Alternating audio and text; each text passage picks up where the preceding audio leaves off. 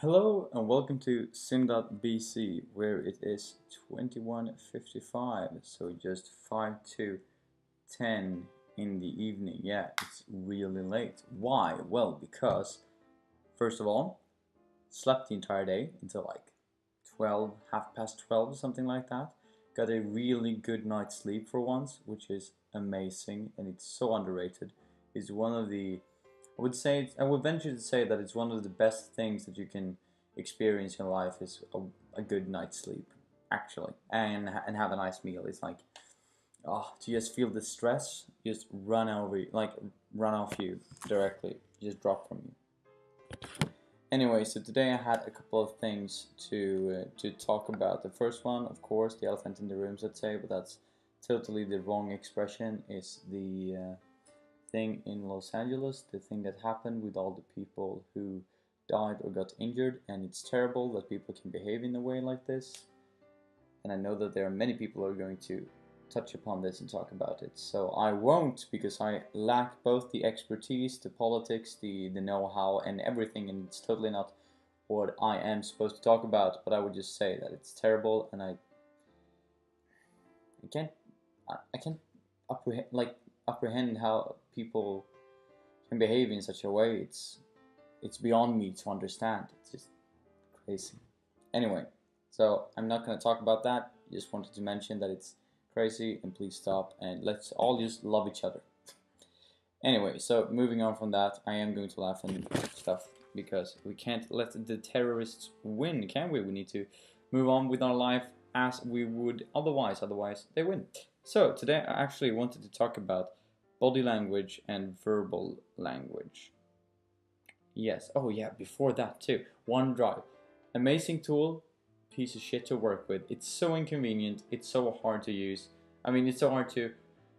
For instance, I have two different emails at the moment because I used the. I didn't think I would need that much space that's on it, so I had two different emails. When you still get 25 gigabytes for free, and then now I want to merge them because now I'm paying for one and I'm getting the Microsoft and all of the Office packages and all of that. So it's all good, it's all great, and I have 1 terabyte of storage, and I want to move everything from one of them to the other so that I can have one main storage email, which obviously doesn't work. So I need to like download everything to my computer and then re-upload it to the right one. So in order to change them, so to say. And I've been looking all over for this. I know that, as I said, once again, my technical expertise is limited, so to say. So it could be that there is a faster and nice way, but I've downloaded an app so I can sync everything with my laptop and then re-upload it again. But it's a tedious process. Come on, let's be honest. Let's be honest. Microsoft, fix this. Anyway, yeah, so that's just my struggles during the day. Today we had negotiation techniques in school, and as I was going to say, oh, this is where I should have segued into it. But anyway, we were talking about credibility and persuasion, basically. And we had one person need to go up in front of, a couple of people did, but like one by one, and go up in front of the class and talk to the teacher as if he was the client, let's say, and you were supposed to sell this person something and make a short introduction of yourself. Of course, my mate, he volunteered because he is like that, doesn't have a problem with people watching him. I, on the other hand, have stage frighteners, as I've said before, but I volunteered second, and it was all good. We made plenty of mistakes, but that's what it's for. If we knew how to do it, then we wouldn't be there, would we?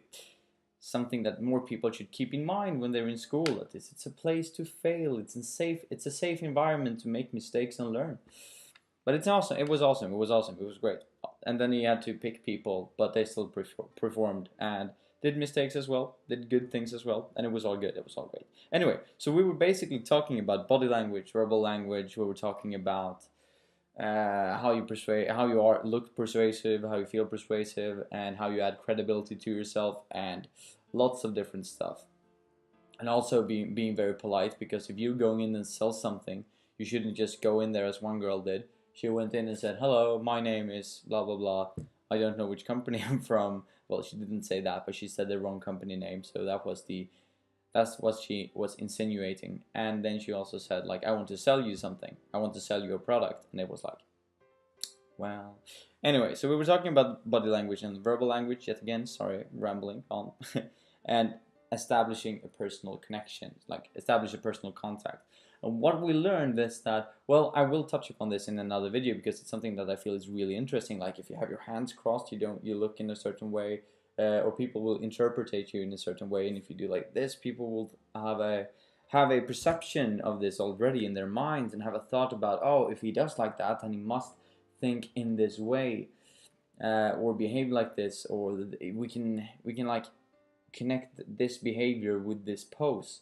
So everything's interconnected, stereotypes and all of that and generalization.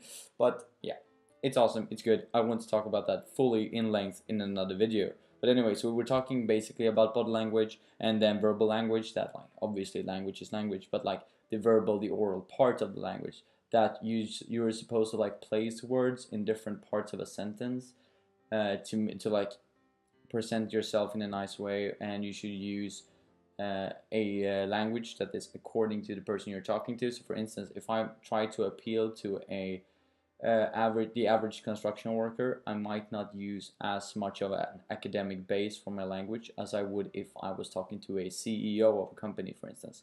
Obviously, it depends on which industrial worker and which CEO, of course, but that's just a general example, and I have written down all minutes here. If you wonder why if it sounds in the mic, sorry for that then. So place your words in the right places in the sentences, restructure and rephrase stuff so that it sounds professional, and that it sounds professional in context to who you are supposed to talk to, who is your target audience. How will these people react if you come in like how do you dress? That's also, I would include that in body language. Like, how do you dress? Do you dress accordingly? Did you put on a special cologne maybe? Did you take on a shirt, like just a shirt and a couple of shorts or saggy pants, or do you have like a three-piece suit? Does the brand matter? Like, you're selling yourself all the time, so it's important to think about these topics. And as I said, we'll cover that full-length video. And then we also said people don't connect with numbers because we don't. I can tell you like 3 out of 5 are doing this, and the consensus is this, and all people are doing. No, not all, of course, because that would be consensus actually. But like, the majority is doing this or that. But like 4,000 people have taken this treatment. I mean, sure. Numbers are great for credibility, but people love stories. People connect with stories. They connect with a person. They connect with a thought. For instance, many people said that people connected with Steve Jobs in Apple. They didn't connect with Apple within itself. And then when Steve Jobs died, some people were saying that, well, Apple is actually way worse now because Steve Jobs isn't in it.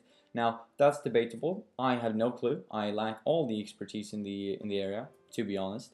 Haven't read up on the subject either, but as an example, Apple then responded to this critique with like, how about we're still selling this and this, or wait, no, sorry, not Apple, but like Apple supporters, people who still loved Apple products and liked Apple as a company, not only Steve Jobs, were saying like, oh yeah, sure, they've lost the champion, like the guy who they always can refer to that everybody knows.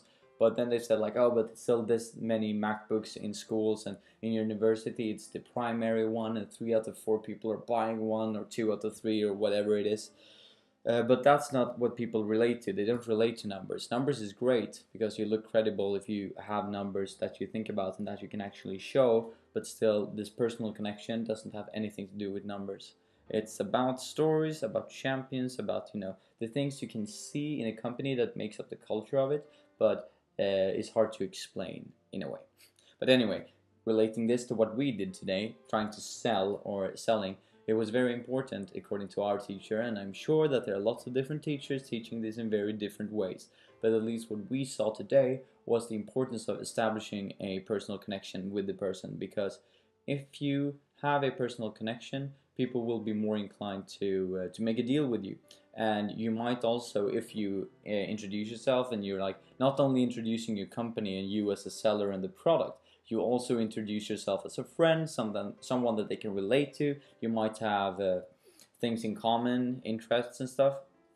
If you present yourself in that way, then you might be better off because the other person might trust you more. They might come with their own feedback and ideas. Active listening might be a bigger part of it. People will try to they really want to listen because they're not only interested in the product, they're also interested in you. Something Fredrik Eklund, a Swedish real estater who is in New York, who is also like, I don't know, he's produced wine, and he did a website company a couple of years back now, and oh yeah, and he's an author too. He's an amazing guy actually, and he basically said in his first book that you can sell anything as long as you sell yourself, and that's true.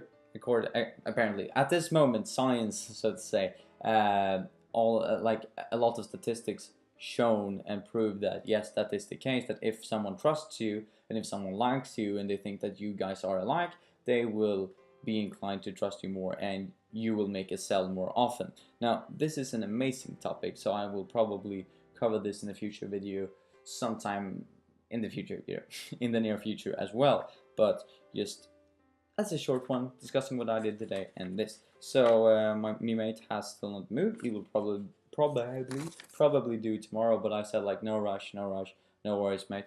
But until then, we will see when the structure kicks off in this vlog series, because I would like to do it in the morning when I wake up, or like something around that. And I can do that, but still it's an inconvenience for me, mate, and I still want to be like nice and stuff.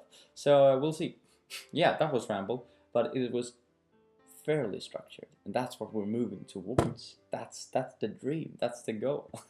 Anyway, so have a nice day, guys. See ya.